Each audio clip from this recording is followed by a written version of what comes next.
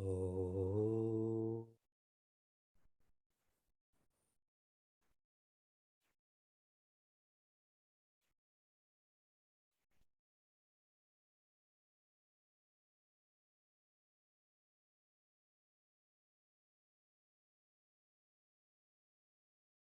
Oh.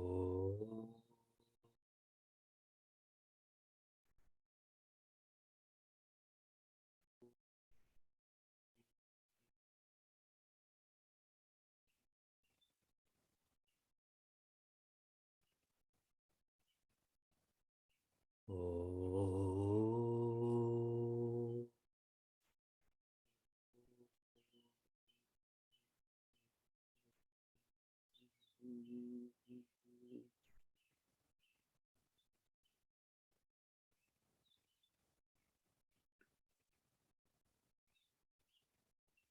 We have completed 50 days of investing in Dhyana Yoga, including today. These are our final 4 mornings. On Sunday, April 24th, we will recommence our Freedom Talk. On Monday, April 25th, we will commence the next section of Bhagavad Gita that begins with chapter 7.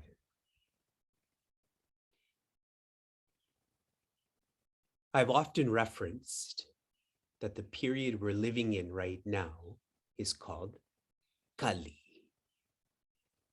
Kali has many meanings, such as speed.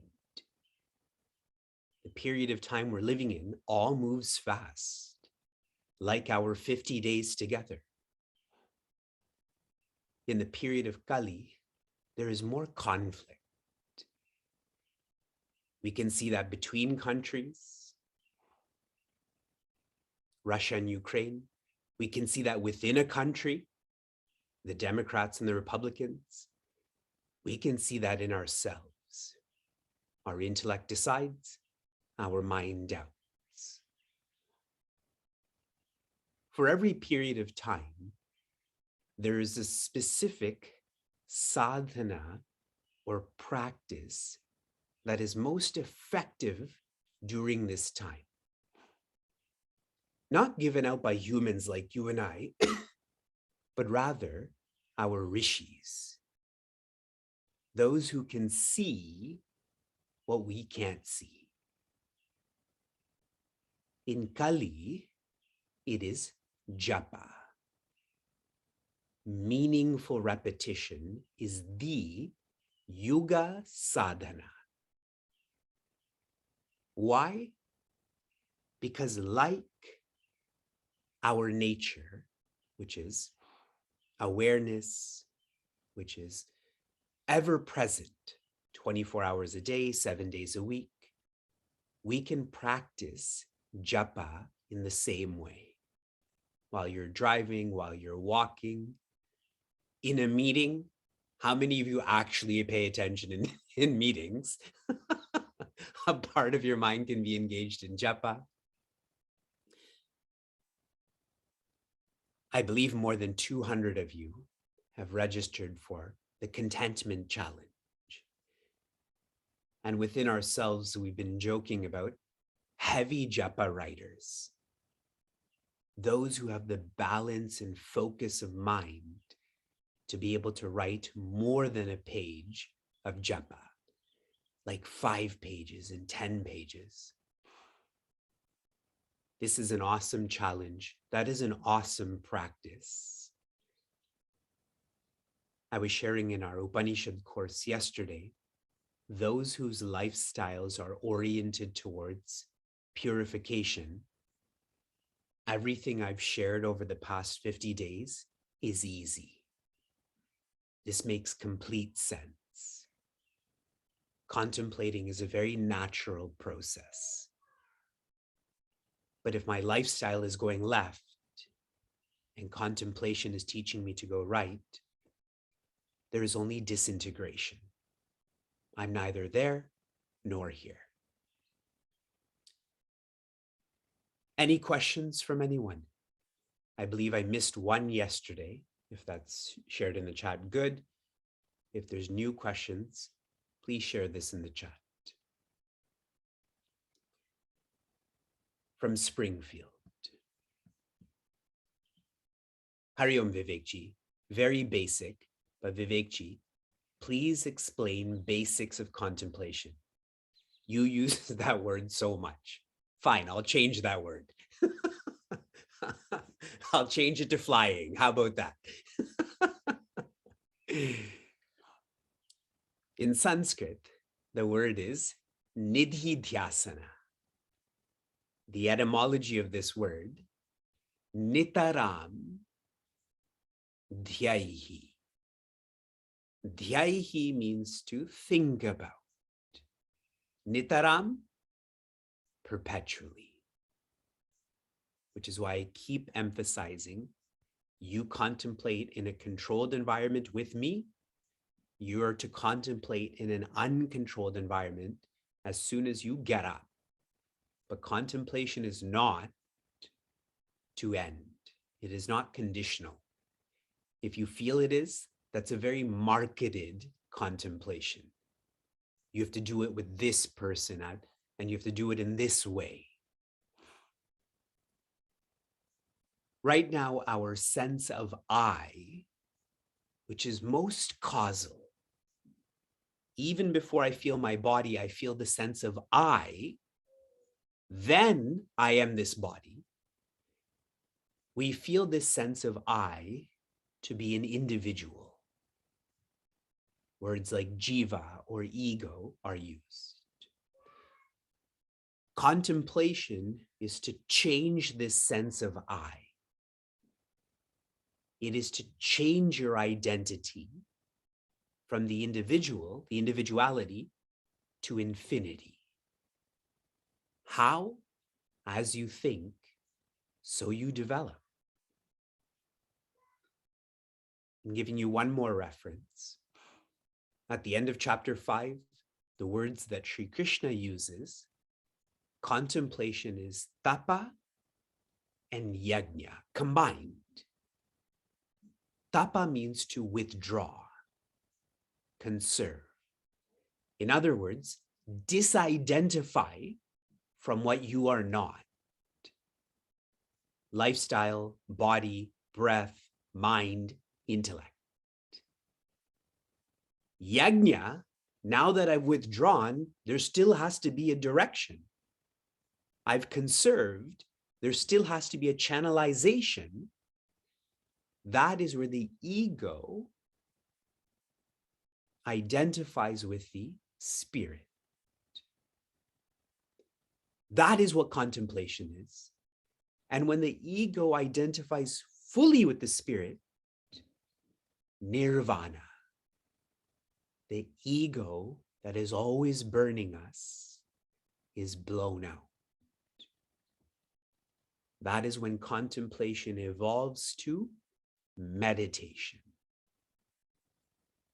Our being, our nature. Next, coming from Chantilly. Hariom Vivekji, oftentimes in our contemplation sessions, I found that after you shared, appreciate, relax, enjoy, chant, inquire, I only got to chanting with mind, which takes the most time. By the time you started speaking on observing being, does this mean that I'm taking too long in these earlier preparation stages? Or should I take my time in completely steadying the mind and intellect before advancing to ego and spirit? A fine question. This shows that you're practicing. All that is important in life cannot be forced. For many of you who are newer, we don't know each other, I can't force you to respect me. Agreed? Even those who I've known for a long time. even them I'm questioning. It is natural to respect someone, to love someone. This is guided contemplation. Contemplation is not to be guided. This is a highly personal practice. I'm only guiding you so that you have a taste, but this is to be practiced independently. It's like if our children, I'm trying to say there's a butterfly there, and they just can't see it for whatever reason. So I hold them by their head and I direct their head towards that butterfly. But finally I let go. It's not like keep holding like that. Now let's go here and let's go here. I let go and then they can see it. So when I guide all of you, my focus is on being. But for you, you should not go to the next verb until the previous verb is set. If you cannot quieten the mind, then don't go to inquiring with the intellect. Don't.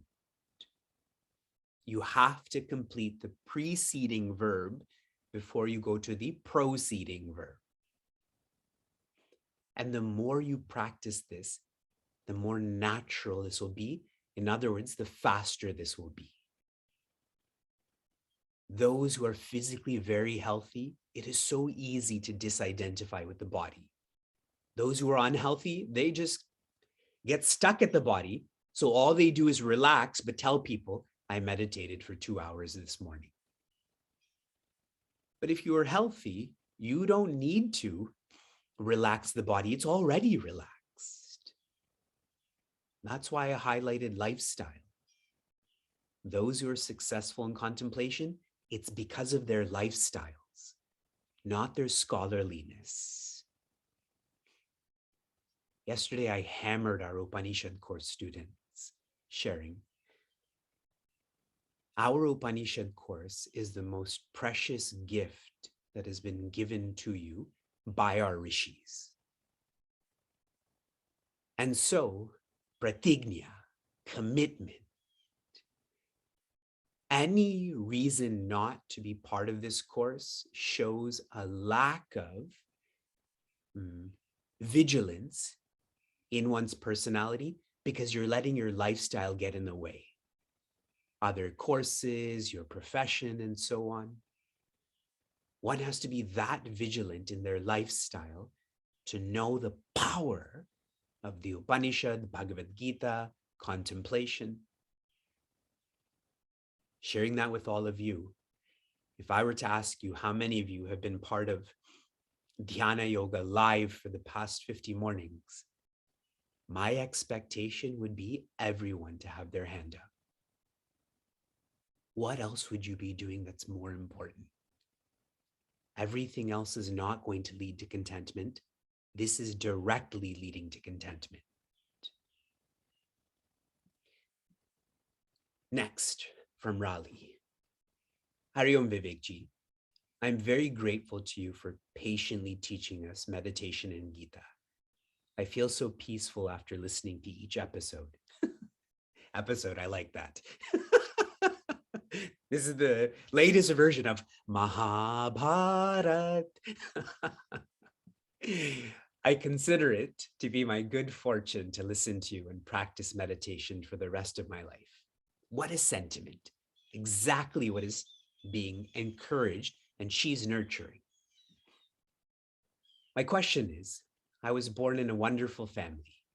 My parents believed in education, giving to their best ability, and be kind. Their blessings have always been with me. However, I also have 2 siblings and a husband who do not seem to be interested in following the path that I have taken. It makes me sad that I do not have anyone to share the joy I feel every day when I read Gita and listen to you. I know I cannot change them, but I just want to understand, how can siblings from the same family be so different? How many of you can relate to this question by a show of hands? The higher perspective is what has already been shared in Bhagavad Gita near the end of this chapter. Evolution is most personal, beyond logic. that my sisters and I were born in the same family. How come we don't have the same personality? Logically, that would make sense, but it's not logical. Those of you who know our children, they're so different and they're so young. It's not even that they've had a chance to explore their personalities. They're already so different. So keeping that in mind, that it's not logical, our practice then should be accept that every one of us is born with a distinct print or vasana that is to be changed or evolved in this lifetime. If you think about your siblings, how many of you are single children by show of hands? Okay, only a few. Those with siblings, each sibling has a very different relationship with their parent, correct? For those who are parents, you have a very different relationship with each child. See how the context is the same, but the evolution is personal. Now, the lower perspective, I had shared with all of you, it was verse 9, right before contemplation started. The difference between a bandhu and a mitra. A bandhu or relative, my sister, my cousin, etc., they are affectionate because they have to be. The design of our relationship is my sister, we have the same blood. My cousin, we have the same family history. A mitra is a subtler relationship. They are affectionate because they don't have to be. They're choosing that. We are your mitras. And I'm not even sharing that in a poetic way. We're all friends. We should smile and hug each other. I've been explaining for 700 mornings why factually we are brothers and sisters. So you may not be able to share that with your family, but we are your community. That's more advanced than family, more advanced to society and so on. Okay? Let's see if we can briefly take the next. Okay, last question for this morning from Buffalo. Hari Om Vivekji.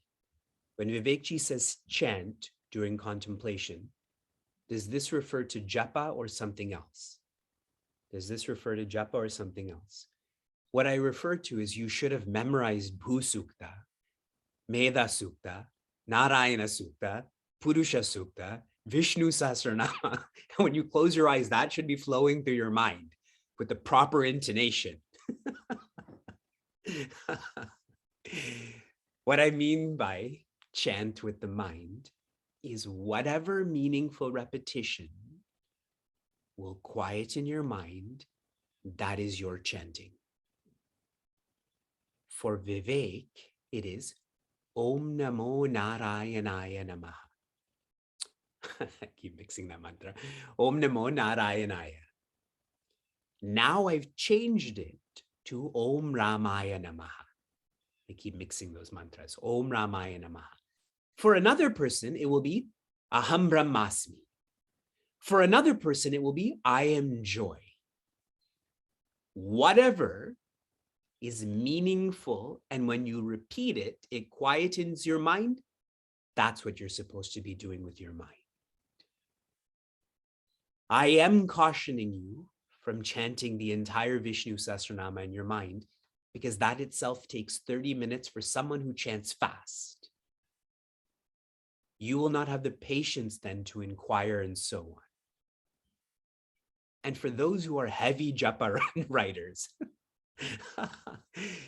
since you're doing this all the time, when you practice contemplation, your mind will become that much quieter, that much faster, in which case you can go straight to the inquiry.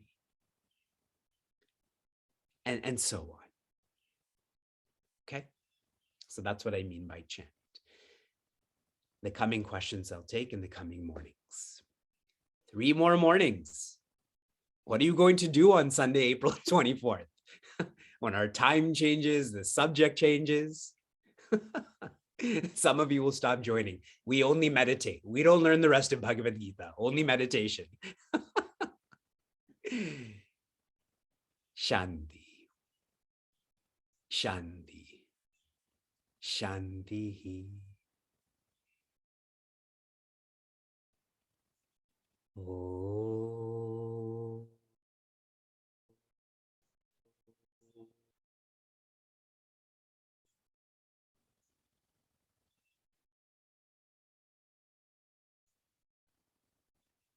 Oh.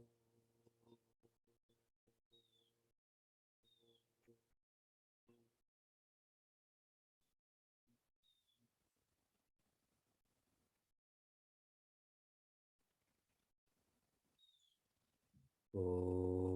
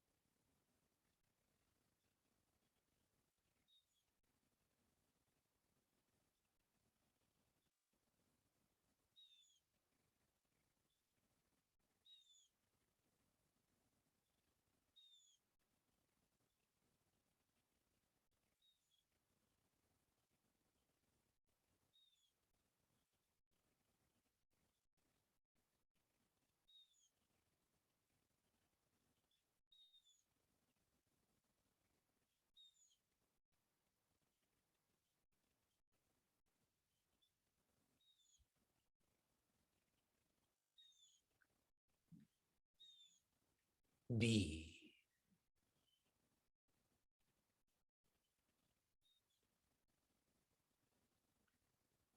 Be that which cannot be created.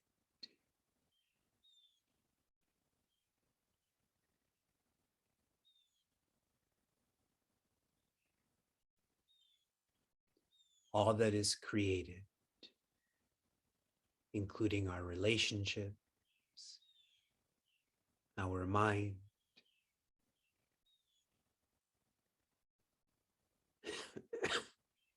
will be uncreated.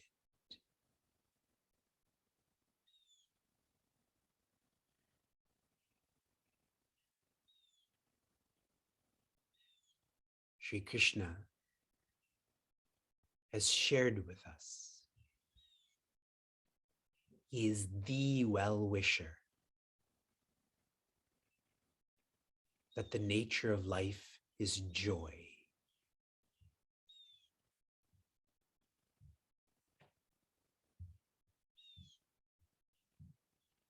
And so trying to create joy is illogical, nonsense.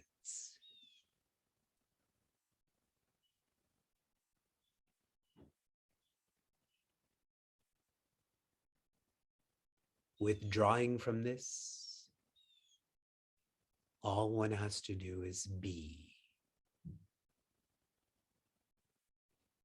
Be life. That is the nature of joy.